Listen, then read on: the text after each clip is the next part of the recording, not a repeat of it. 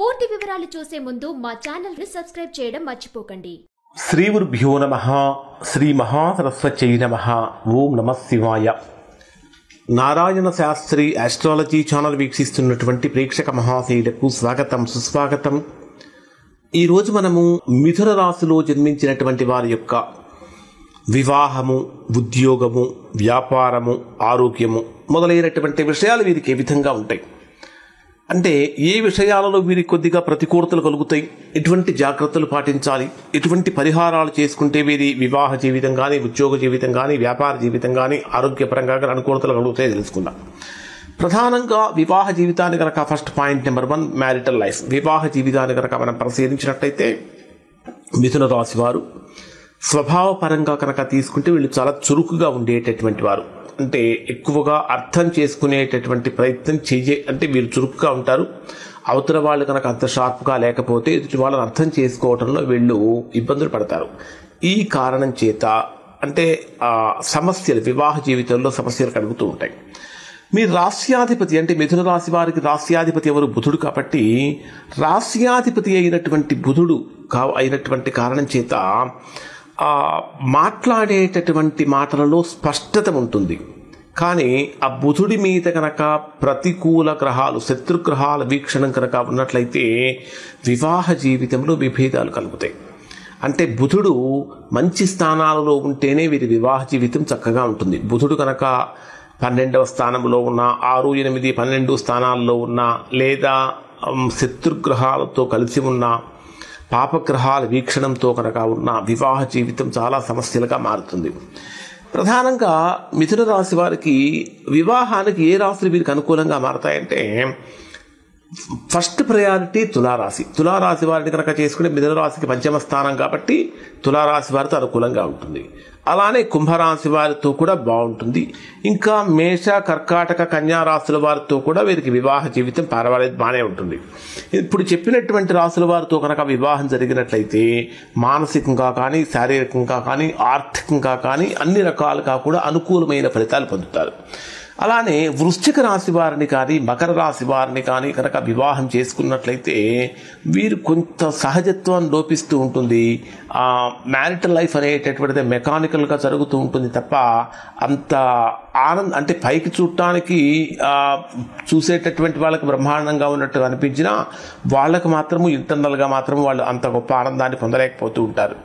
దాంపత్య జీవితం ఏ విధంగా ఉంటుందంటే బుధుడు 7వ భావాన్ని, 7th హౌస్ అనేటటువంటిది మనకు వివాహానికి సంబంధించినటువంటి స్థానం కాబట్టి బుధుడు కనుక 7వ స్థానాన్ని కనుక చూస్తూ ఉంటే, 7వ స్థానం మీద కనుక బుధ వీక్షణ ఉన్నా, లేదా 7వ స్థానాధిపతి యొక్క వీక్షణం బుధుడి మీద ఉన్నా కూడా వివాహ జీవితం బలంగా మారుతుంది. అలానే శుభగ్రహాల యొక్క దృష్టి కనుక లేకపోతే వీళ్ళు ఎక్కువగా ఒంటరితనానికి లోనైపోతూ ఉంటారు. అంటే వాళ్ళ ఎక్కువగా లోన్లీనెస్కి ఎక్కువగా ఫీల్ అయిపోతూ ఉంటారని చెప్పాలి.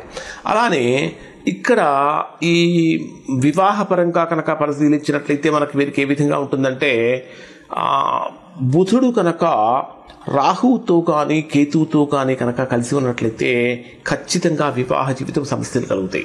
అదే బుధుడు కనుక వీరికి 8వ స్థానంలో కనుక ఉన్నట్లయితే ఖచ్చితంగా మ్యారిటల్ లైఫ్లో చాలా రకాల తలనొప్పులు కలుగుతూ ఉంటాయి. అది వారి జీవితంలో ఏమాత్రము ఆనందాన్ని ఇచ్చేటటువంటి విధంగా ఉండదు. ఇటువంటి సందర్భంలో వీళ్ళు చేయాల్సిన పని ఏంటంటే బుధ, శుక్ర గ్రహాల యొక్క శాంతి చేయించుకోవడం చాలా మంచిది. ఎక్కువగా మిథున రాశి వారు చేసేటటువంటి పొరపాటు ఏంటంటే ఎప్పుడూ కూడా ఒక బండి నడవాలంటే 2 ఎద్దులు కూడా సమానంగా ముందుకు వెళ్ళాలి. అలానే ఇక్కడ వీళ్ళ కుటుంబ జీవితం, దాంపత్య జీవితం సాఫీగా ముందుకు వెళ్ళాలంటే ఇద్దరి యొక్క అనుకూలత ఉండాలి. 1 సైడెడ్గా కనుక వెళ్ళినట్లయితే ఖచ్చితంగా సమస్యలు కలుగుతూ ఉంటాయి.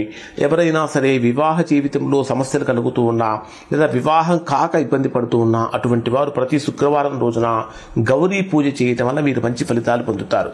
వీరి యొక్క ఉద్యోగ జీవితం ఏ విధంగా ఉంటుందని కనుక మనం పరిశీలించినట్లయితే ఆల్రెడీ మనం మనం పార్ట్ 1లో చెప్పుకున్నాము. ఎందుకంటే వీళ్ళు మల్టీ టాస్కింగ్ లెవెల్, అంటే ఒకేసారి అనేక రకాలైనటువంటి పనులు చేయగలుగుతారు అని చెప్పుకున్నాము. అంటే మిథున రాశి వారు ఐటీ కానీ, మీడియా రంగంలో కానీ, మార్కెటింగ్ రంగాల్లో కానీ, డేటా అనలిటిక్స్లో కానీ ఇటువంటి రంగాల్లో వీళ్ళు బాగా రాణించగలుగుతారు. అలానే ఒకే విధమైనటువంటి పని చేయటం వల్ల వీరికి ఎక్కువగా విసుగొచ్చే ప్రమాదం కూడా కనిపిస్తూ ఉంటుంది. వృత్తిపరంగా కనుక తీసుకుంటే ఎక్కువగా చేంజెస్ జరగడానికి వీరికి అవకాశాలు కనిపిస్తూ ఉంటాయి.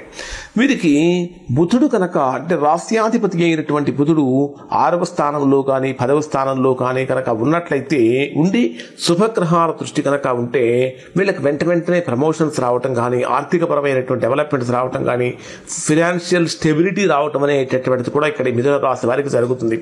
అలానే గురు దృష్టి కనుక ఉన్నట్లయితే ఒక సాధారణమైనటువంటి ఉద్యోగి స్థాయి నుంచి ఉన్నతమైనటువంటి ఉద్యోగి స్థాయికి ఎదిగే అవకాశాలు కూడా కనిపిస్తూ ఉంటాయి.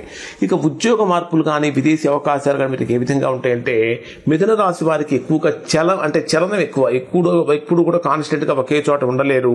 కాబట్టి 3, 12 భావాలు కనుక బలంగా ఉంటే ఖచ్చితంగా వీరికి విదేశీ అవకాశాలు కలుగుతూ ఉంటాయి.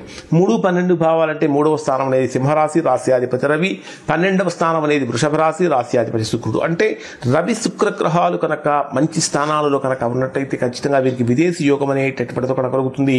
విదేశాలలో బాగా స్థిరపడే అవకాశం కూడా కనిపిస్తూ ఉంటుంది. అలానే ఇక వ్యాపార పరంగా కనుక ముఖ్యంగా ఉద్యోగ పరంగా వీరికి కొన్ని పరిహారాలు ఏమిటంటే వీళ్ళు ఎప్పుడూ కూడా ఓర్పుతోటి స్థిరమైనటువంటి వృత్తి కోసం ప్రయత్నించాలి. ప్రతి బుధవారం రోజున వీళ్ళు కనుక గణపతి ఆరాధన కనుక చేసినట్లయితే మంచి ఫలితాన్ని పొందుతారు. మరి వ్యాపార పరంగా తీసుకుంటే వ్యాపారం ఏ విధంగా ఉంటుందంటే వీళ్ళ కమ్యూనికేషన్ కానీ, పబ్లిషింగ్ కానీ, డిజిటల్ మార్కెటింగ్ కానీ, అలానే ట్రేడింగ్ కానీ, ఎడ్యుకేషన్, రిటైల్ మొదలైనటువంటి కన్సల్టెన్సీ రంగాలు వీరికి బాగా అనుకూలంగా కనిపిస్తాయని చెప్పొచ్చు. అలానే సహచరుల యొక్క సహకారంతో వ్యాపారం బాగా వేగంగా వృద్ధి చెందే విధంగా ఉంటుంది. అలానే సహచరులతో మంచి సంబంధాలు కనుక పెట్టుకున్నట్లయితే వారి యొక్క వ్యాపారం బాగా లాభదాయకంగా కూడా మారుతుందని చెప్పాలి. అలానే గ్రహాల యొక్క ప్రభావాన్ని కనుక పరిశీలిస్తే రాస్యాధిపతి అయినటువంటి బుధుడు మీ రాశికి 2వ స్థానంలో కానీ, 7వ స్థానంలో కానీ, 11వ స్థానాల్లో కానీ కనుక ఉన్నట్లయితే వీరి యొక్క వ్యాపారం బ్రహ్మాండంగా సాగుతుంది అని చెప్పాలి. అలానే రాహుకేతు గ్రహాల యొక్క దృష్టి కనుక ఉన్నట్టయితే, వక్ర దృష్టి అంటారు వాటిని, వక్ర దృష్టి కనుక ఉంటే అంటే ఇప్పుడు మనం చెప్పుకున్నటువంటి 2, 7, 11 స్థానాల మీద రాహుకేతు గ్రహాల యొక్క దృష్టి కనుక ఉన్నట్లయితే ఖచ్చితంగా వ్యాపారంలో నష్టాలు పొందుతూ ఉంటారు అని చెప్పాలి.